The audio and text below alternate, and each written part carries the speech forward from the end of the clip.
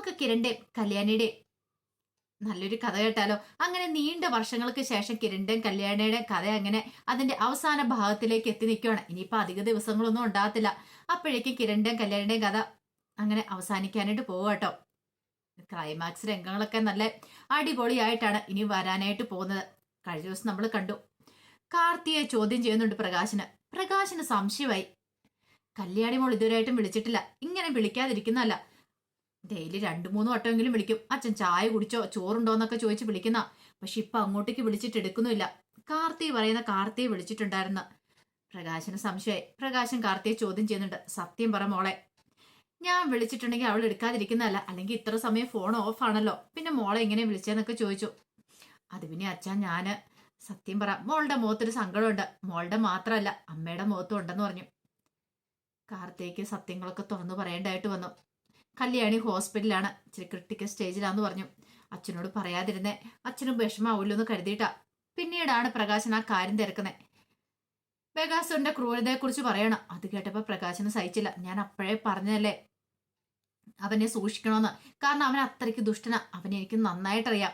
ഇതിനു മുമ്പ് അവന് ചന്ദ്രസേനയൊക്കെ കൊല്ലാനിട്ട് ഒരുങ്ങിയതാ. അന്ന് പക്ഷെ ഞാൻ കിരണിനൊക്കെ വിവരം കൈമാറിയതുകൊണ്ട് മാത്രം അവന് ഇതെല്ലാത്തിൽ അപ്പുറം ചെയ്യുന്ന എനിക്ക് അറിയാവുന്നതുകൊണ്ട് മാത്രം. എനിക്ക് എന്റെ മോളെ കാണണമെന്നൊക്കെ പറഞ്ഞപ്പം ലക്ഷ്മിയമ്മ പറഞ്ഞു, ഇപ്പൊ ചെന്നാലും കാണാൻ പറ്റില്ല, ഐസിയിലല്ലേ, അതൊന്നും പറഞ്ഞിട്ട് കാര്യമില്ല, എനിക്ക് കാണണമെന്ന് പറഞ്ഞ് പ്രകാശന് കല്യാണിയെ കാണാനായിട്ട് പോകുന്നുണ്ട്. അങ്ങനെ അവിടെ ചെന്ന് കഴിഞ്ഞപ്പോഴത്തേനും കല്യാണിക്ക് ബോധമൊന്നും വന്നിട്ടുണ്ടായിരുന്നില്ല. എന്നാലും കുറച്ച് റിക്കവർ ആയിട്ടുണ്ടായിരുന്നു കല്യാണി. മുമ്പത്തെ പോലെയൊന്നും അല്ല, പക്ഷെ ബോധമില്ലാത്തൊരവസ്ഥയിലായിരുന്നു. അത് കണ്ടു കഴിഞ്ഞപ്പോൾ പ്രകാശന് സഹിച്ചില്ല. പ്രകാശൻ ആകെ തകർന്നുപോയി. പിന്നീട് പ്രകാശൻ നേരെ ക്ഷേത്രത്തിലേക്കാണ് പോകുന്നത്. ക്ഷേത്രത്തിൽ പോയിട്ട് ദേവിയോട് പ്രാർത്ഥിക്കുകയാണ്, എൻ്റെ ദേവി, എൻ്റെ മോൾക്കൊരാപത്തും വരില്ല. ഈ കുടുംബത്തെ നയിച്ചുകൊണ്ട് പോയത് അവളാണ്. ഇത്രയും കാലം മുന്നോട്ട് നല്ല രീതിയിൽ കൊണ്ടുപോയത് എന്നെയും ജീവിതത്തിലേക്ക് കൈപിടിച്ച അവളാണ്. അപ്പോൾ ഒരു കാരണവശാലും അവൾക്കൊന്നും സംഭവിക്കരുത്. എനിക്ക് വേണമെങ്കിൽ എന്ത് സംഭവിച്ചോട്ടെ, എൻ്റെ ജീവൻ പോയിക്കോട്ടെ, പക്ഷെ എൻ്റെ മോൾക്കൊന്നും സംഭവിക്കില്ലെന്നും പറഞ്ഞുകൊണ്ട് കുറെ പ്രാർത്ഥനകളും വഴിപാടുകളും കാര്യങ്ങളൊക്കെ നടത്തുന്നുണ്ട് പ്രകാശന്. ഇതേ സമയത്ത് സരയു സന്തോഷത്തിലാണ്. കാരണം കല്യാണി ക്രിട്ടിക്കൽ സ്റ്റേജിലാണ്. ഇപ്പോഴും ആ ക്രിട്ടിക്കൽ സ്റ്റേജിൽ നിന്ന് ഭേദമായിട്ടില്ല, ബോധം വീണിട്ടില്ല. ഇങ്ങനെ അവൾ തുടരുവാണെ പ്രശ്നമില്ല. അതേ കിടപ്പം കൂടെ കിടന്നാൽ മതിയായിരുന്നു. അവളിനി സ്വഭാവത്തിലേക്ക് തിരിച്ചു വരില്ല എന്നൊരു ചിന്തയാ. അന്ന് അച്ഛൻ കുത്തിയ സമയത്ത് ഇച്ചിരി പണി പാളിപ്പോയി. അല്ലായിരുന്നെങ്കിൽ അവളുടെ കഥ അപ്പോഴേ കഴിഞ്ഞേനും. എന്നാലും സന്തോഷമുള്ളൊരു കാര്യം തന്നെയായിരുന്നു സരുവിന്. അവളുടെ കഥ പെട്ടെന്ന് കഴിയുമല്ലോ എന്നുള്ള ചിന്ത. ആ സമയത്ത് കിരണൊക്കെ കാട്ടിലായിരുന്നു. കൊടുങ്കാടിനുള്ളിൽ കിരണും വേലുവിന്റെ യതീഷും കൂടെ രാഹുലിന്റെ വായിലേക്ക് കുറെ തുണിയും കൂടി കുത്തിത്തിരി. പിന്നീട് കിരൺ പറഞ്ഞു, നീ ഇനി ഇവിടെ കിടക്ക്, ഇവിടെ കിടന്ന് നിന്റെ ജീവിതം അവസാനിക്കും എന്ന് പറഞ്ഞു. അപ്പോഴേക്കും രാഹുൽ കയ്യും കലും ഒക്കെ കാണിക്കുന്നുണ്ട്. ആ സമയത്ത് എന്താണ്, നിനക്ക് എന്തോ പറയാനുണ്ടല്ലോ എന്ന് പറഞ്ഞു. പിന്നീട് കിരൺ ആ തുണിയും കൂടെ മാറ്റുവാണ്. കൈയൊക്കെ ബന്ധിച്ചോണ്ട് രാഹുലിന് അനങ്ങാൻ പോലും പറ്റുന്നുണ്ടായിരുന്നില്ല. എന്നെ ഉപദ്രവിക്കരുത്, എന്നെ വെറുതെ വിടണം, ഇനി ഞാൻ അങ്ങനെയൊന്നും ചെയ്യത്തില്ല എന്ന് പറഞ്ഞു. നീ ചെയ്യത്തില്ലെന്ന് ഇത് തന്നെയല്ലേ നിന്നെ പിടിച്ചപ്പോ തൊട്ട് നീ പറഞ്ഞുകൊണ്ടിരിക്കുന്നേ.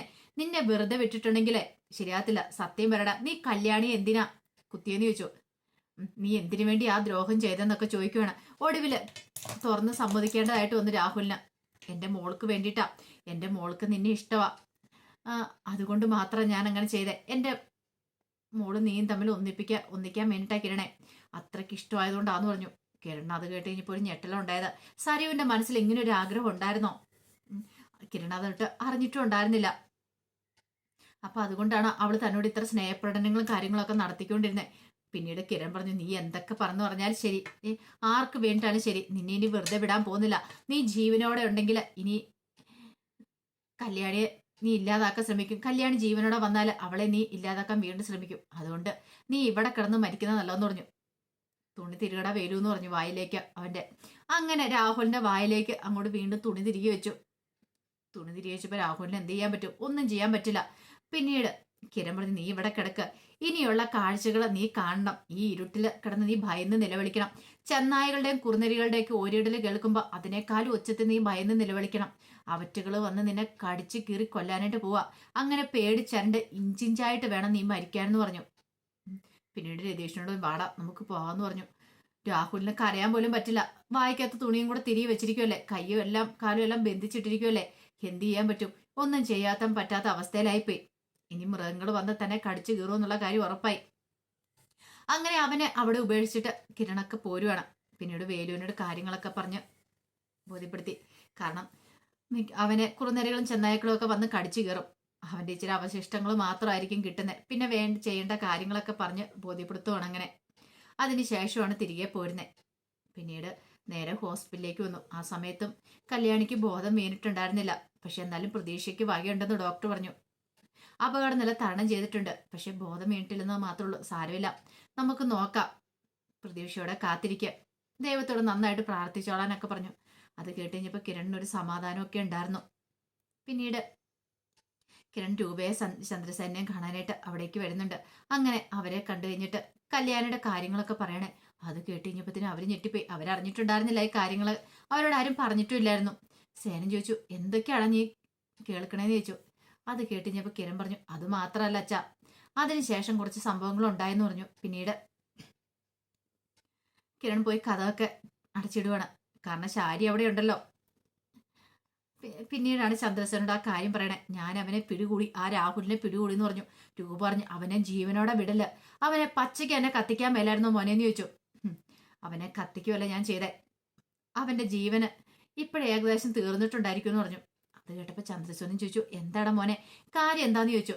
പിന്നീടാണ് പറയുന്നത്, അവനെ കൊണ്ടുപോയി വേലും രതീഷും ഞാനും കൂടെ ചേർന്നിട്ട് അവനെ കാട്ടിലേക്ക് കൊണ്ടേ തള്ളിയിട്ടുണ്ട്. കൊടുങ്കാട്ടില് പകൽ പോലും അവിടെ ചെന്നായ്കളും കുറുനരികളും ഒക്കെ ഇറങ്ങുന്ന സ്ഥലമാണ്. കൈകളും കാലുകളൊക്കെ ബന്ധിച്ചുകൊണ്ട് അവൻ രക്ഷപ്പെടാൻ വഴിയില്ല, മൃഗങ്ങൾ അവനെ കടിച്ചു കീറുമെന്ന് പറഞ്ഞു. അത് കേട്ട് കഴിഞ്ഞപ്പോൾ രൂപ പറഞ്ഞു, അവൻ തീരണം, കുറെ കാലം ഞാനും ആഗ്രഹിക്കുന്നൊരു കാര്യമാണ്. കാര്യം പറഞ്ഞ എൻ്റെ ചോരയാ, പക്ഷെ അവനെ പോലെ ഒരു ദുഷ്ടന് എങ്ങനെ എൻ്റെ സഹോദരനായെന്ന് മാത്രമേ എനിക്ക് അറിയത്തില്ലാത്തുള്ളൂ. അവൻ ഇനി ഒരു നിമിഷം പോലെ ജീവനോടെ ഇരിക്കില്ല, അവൻ തീരേണ്ട സമയം കഴിഞ്ഞതാ മോനെ, നീ ധൈര്യമായിട്ടിരിക്കുക, പേടിക്കേണ്ട കാര്യമൊന്നുമില്ല, അവനെ പോലെ ഒരു ദുഷ്ടം പണ്ടേ തീരണ്ടെന്നൊക്കെ പറഞ്ഞു. അങ്ങനെ കിരണിന് ധൈര്യം കൊടുക്കുന്നുണ്ട്. പിറ്റേ ദിവസമായി കഴിഞ്ഞപ്പോഴത്തേനും കല്യാണിക്ക് ബോധം വീഴുന്നുണ്ട്. അങ്ങനെ കല്യാണിയെ കാണാനായിട്ട് കിരണം കയറുന്നുണ്ട്. അങ്ങനെ കയറി കഴിഞ്ഞപ്പോഴത്തേനും കല്യാണിയുടെ കണ്ണൊക്കെ നിറഞ്ഞു വന്നു. ഈ സമയത്ത് കിരൺ പതുക്കെ കല്യാണിയുടെ കയ്യിലേക്ക് ഇങ്ങോട്ട് പിടിച്ചു. എന്നിട്ട് പറഞ്ഞു, പേടിക്കുമൊന്നും വേണ്ട, ധൈര്യമായിട്ടിരുന്നു, നിനക്കൊന്നും സംഭവിക്കില്ല എന്ന് പറഞ്ഞു. അപ്പോഴേക്കും കല്യാണി പറഞ്ഞു, കിരണേട്ടാ പേടിക്കണ്ട, ഞാൻ പറഞ്ഞല്ലോ, നിനക്ക് അങ്ങനെ എന്തെങ്കിലും സംഭവിച്ചാൽ പിന്നെ ഞാൻ ജീവനോടെ ഉണ്ടായിരിക്കുമോ, അതുകൊണ്ട് എനിക്ക് നല്ല ഉറപ്പുണ്ടായിരുന്നു നിനക്കൊന്നും സംഭവിക്കില്ലെന്ന്. ദൈവങ്ങൾ നിന്നോടൊപ്പം ഉണ്ട് കല്യാണി, പിന്നെ നീ പേടിക്കണ്ട, നീ ആശ്വസിച്ചോ. നിന്നെ ഈ വിധവാക്കിയ ഒരുത്തണ്ടല്ലോ, അവന്റെ കാര്യത്തിൽ ഞാനൊരു തീരുമാനം ഉണ്ടാക്കിയിട്ടുണ്ടെന്ന് പറഞ്ഞു. കാരണം രാവിലെ തന്നെ വേലു വിളിച്ചിട്ട് കിരണിനോട് പറഞ്ഞിട്ടുണ്ടായിരുന്നു അവന്റെ കാര്യത്തിൽ തീരുമാനം എന്ന്, രാഹുലിന്റെ, അവനെ മൃഗങ്ങൾ കടിച്ചു കീറി ഇല്ലാതാക്കി എന്നുള്ള കാര്യം. അപ്പം കയ്യും കാലും ഒക്കെ ബന്ധിച്ചിട്ടുണ്ടായിരുന്നു, ആ ബന്ധനങ്ങളൊക്കെ മാറ്റിയിട്ടുണ്ടായിരുന്നു. കാരണം ഇനിയിപ്പം അന്വേഷിച്ച് വന്നാൽ പോലും ആരിലും മനപ്പുറം കൊണ്ടിട്ടാന്ന് വരത്തില്ല. അവനങ്ങോട്ട് ചെന്ന് കഴിഞ്ഞപ്പോൾ അവനെ പിടികൂടിയതാ മൃഗങ്ങൾ കടിച്ചു കീറി തിന്നുന്ന വരുത്തി തീർക്കാൻ പറ്റുള്ളൂ. അങ്ങനെ വേലു കാര്യങ്ങളൊക്കെ വിളിച്ചിട്ട് കിരണിനോട് പറഞ്ഞിട്ടുണ്ട്. അവന്റെ കാര്യം അവസാനിച്ചു, അവൻ തീർന്നു, മൃഗങ്ങൾ അവിടെ കടിച്ചു കീറി കൊന്നെന്ന്. ഈ വാർത്ത കല്യാണിയോട് പറയണം. ഇനിയും മേലാൽ അവന് നിന്നെ ദ്രോഹിക്കാണ്ട് വരില്ല കല്യാണി, നീ ധൈര്യമായിട്ടിരിക്കുക, ഒന്നുകൊണ്ടും വിഷമിക്കണ്ടെന്നൊക്കെ പറഞ്ഞു. അത് കേട്ട് കഴിഞ്ഞപ്പോഴത്തേനും കല്യാണിന്റെ ചുണ്ടിലൊരു ചെറിയ പുഞ്ചിരി വന്നു. കല്യാണിക്ക് സമാധാനമായി. എത്രയൊക്കെയാന്ന് പറഞ്ഞാലും കുറെ കാലം വരെ ദ്രോഹിക്കാൻ തുടങ്ങിയിട്ട് എന്തിനും ഒരു അവസാനവും കാര്യങ്ങളൊക്കെ ഇല്ലേ. അതിനുശേഷമാണ് രാഹുലിന്റെ ബോഡി കിട്ടിയെന്നുള്ള കാര്യങ്ങളൊക്കെ ചന്ദ്രസേനോട് രൂപയുടെ ഒക്കെ കിരൺ വന്ന് പറയണേ.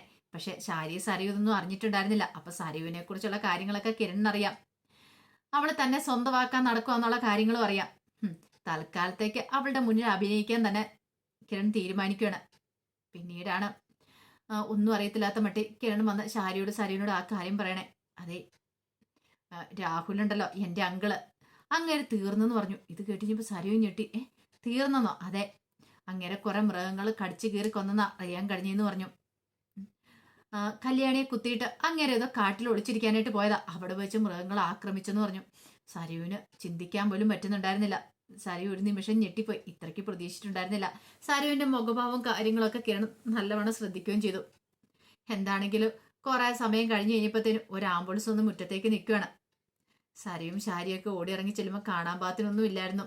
അവശിഷ്ട ഭാഗങ്ങൾ മാത്രം ഉണ്ടായിരുന്നു. രാഹുലിന്റെ ഒന്നും ഇല്ലായിരുന്നു. കാരണം മൃഗങ്ങൾ കടിച്ചു കീറി ഒരു പരുവാക്കി വെച്ചിട്ടുണ്ടായിരുന്നു.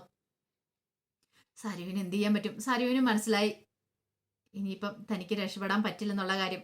അവസാന പ്രതീക്ഷയായിരുന്നു തന്റെ അച്ഛന് കല്യാണിയെ തീർക്കുമെന്നൊക്കെ ഓർത്ത. പക്ഷെ കല്യാണിക്ക് ബോധവും വന്നു. ഇനി കല്യാണി മരിക്കില്ല എന്നും കൂടെ അറിഞ്ഞു കഴിഞ്ഞപ്പോഴത്തേനും എല്ലാ പ്രതീക്ഷകളും സരയുവിന്റെ അറ്റുപോയി. ഇനി എന്താണേലും വരുന്ന ദിവസങ്ങളിൽ നമ്മൾ മിക്കവാറും ആ കാഴ്ചയും കൂടെ കാണും. സാരിയും മിക്കവാറും വല്ല ആത്മഹത്യ ചെയ്യുള്ളൂ ക്ലൈമാക്സ് രംഗങ്ങളിൽ. കാരണം സരയുവിന് മനസ്സിലായും ജീവിച്ചിരുന്നിട്ടും കാര്യമില്ലെന്ന്. ഇനിയിപ്പോൾ സരയുവിന്റെ മോളെ കിരണും കല്യാണിയും ഒക്കെ ആയിരിക്കും നോക്കാൻ പോകുന്നത്. അപ്പൊ അതിന്റെ വിശേഷങ്ങളൊക്കെ ആയിരിക്കും നമ്മൾ കാണാൻ പോകുന്നത്. എന്താണെങ്കിലും ദുഷ്ടന്മാർക്കെല്ലാം തക്കതായ ശിക്ഷയും കിട്ടുവാണ്. അങ്ങനെ ഇത്രയും കാലത്തിന് ശേഷം, നീണ്ട കാലത്തിന് ശേഷം അവസാനം കിരണിന്റെ കല്യാണിയുടെ കഥ എങ്ങനെ അവസാനിക്കുകയാണ്. അപ്പൊ അതിന്റെ വിശേഷങ്ങളാ ഇപ്പൊ ഈ വരുന്ന ആഴ്ച അല്ലെങ്കിൽ അതിന്റെ പിന്നത്തെ ആഴ്ചയോട് കൂടിയിട്ട് കഥ അവസാനിക്കും കേട്ടോ. അപ്പൊ എല്ലാവരും ചോദിക്കുമായിരിക്കും ഈ ആഴ്ചയാണോ അതോ ഇനിയിപ്പോ അടുത്ത ആഴ്ചയാണോ അവസാനിക്കാൻ പോണേന്നൊക്കെ. എന്നാലും 1-2 ആഴ്ചക്കുള്ളിൽ തന്നെ, അധികം നാളെ നീണ്ടു പോകത്തില്ല. അതിനു മുമ്പ് തന്നെ കിരണിന്റെയും കല്യാണിന്റെയും കഥ അവസാനിക്കാൻ പോവാ. അപ്പൊ എന്താണ് നല്ല ശുഭകരമായ ഒരു ക്ലൈമാക്സോട് കൂടിയിട്ടായിരിക്കും അവസാനിക്കുന്നത് കേട്ടോ. അപ്പൊ അതിന്റെ വിശേഷങ്ങൾക്കായി നമുക്ക് എല്ലാവർക്കും കാത്തിരിക്കാം. ഒരിക്കൽ കൂടി എല്ലാവർക്കും ശുഭരാത്രി നേർന്നുകൊണ്ട് നിർത്തുന്നു.